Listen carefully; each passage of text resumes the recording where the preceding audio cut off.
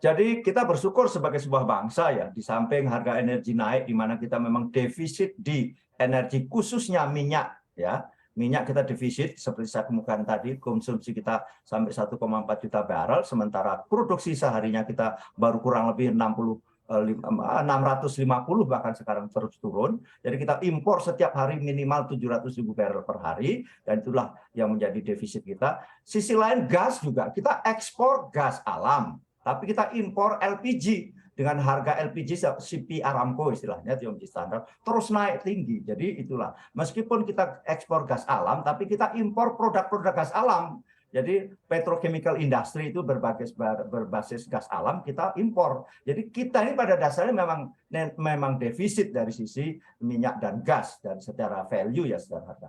Nah tadi lantas bagaimana untuk mempertahankan momentum pertumbuhan ekonomi itu menjadi penting sekali, di mana Pertalite hari ini misalnya meskipun dengan harga yang sangat-sangat rendah dari harga keekonomiannya, tetap kita pertahankan mengingat Pertalite dikonsumsi terbanyak setelah premium dihapus. Kenapa premium dihapus? Karena RON 88 itu kategori BBM tidak ramah lingkungan.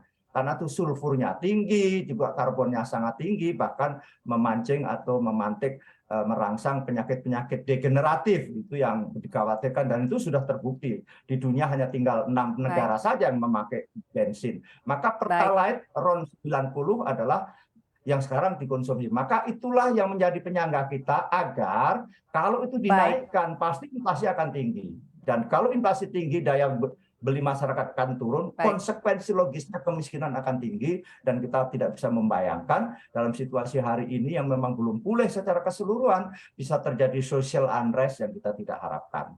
Nah inilah yang kita jaga. Tapi di sisi lain keuangan negara harus kita perhatikan juga. Jadi kita tidak mungkin dengan serta-merta lantas kita menambal defisit di APBN misalnya dengan utang dan utang. Ada rasio tertentu yang kita bisa dibenarkan sehingga tidak membebani dalam jangka pendek, jangka menengah, dan jangka panjang. Itulah yang ingin terima kasih Pak Sugeng. Ya.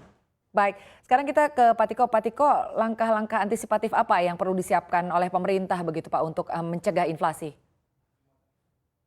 Ya, kalau menurut kami adalah bagaimana revisi di Perpres 191 2014 ini yang akan merumuskan segmen dan kriteria daripada kendaraan nanti penerima subsidi ya, dengan kita mengatur lebih lanjut kriteria-kriteria yang ada dan segmen yang ada, ini tentu akan dapat mencegah terjadinya salah sasaran, salah penggunaan, dan tentunya seberapa BBM subsidi ini dapat digunakan dengan tepat guna. Oleh karena itu penting sekali dari revisi ini nanti kriteria-kriteria yang siapa yang berhak menerima BBM subsidi maupun tidak.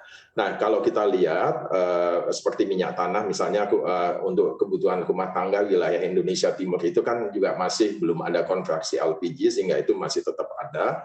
Kemudian juga usaha mikronya juga harus dijaga, dan tentunya perikanan, bagaimana kebutuhan untuk memasak di kapal ikan dan lain sebagainya. Sementara untuk misalnya minyak solar, ini tentu ada usaha mikro, usaha perikanan, usaha pertanian, dan kemudian juga layanan umum seperti krematorium, panti asuhan, rumah sakit, dan lain sebagainya, dan juga transportasi darat yang penting, bagaimana untuk kebutuhan kendaraan umum maupun pribadi, dan juga untuk kebutuhan angkutan laut, transportasi penumpang misalnya, terus kemudian perintis, pelayaran rakyat, dan juga angkutan sungai, danau, dan penyeberangan. Ini harus dijaga betul kriteria-kriterianya, dan bagaimana nanti BPH Migas ini juga mengatur di dalam turunan aturannya seberapa banyak volume yang bisa dikonsumsi oleh sektor-sektor yang nanti atau segmen dari kriteria yang ditetapkan di dalam revisi 191. Demikian mungkin, Mbak.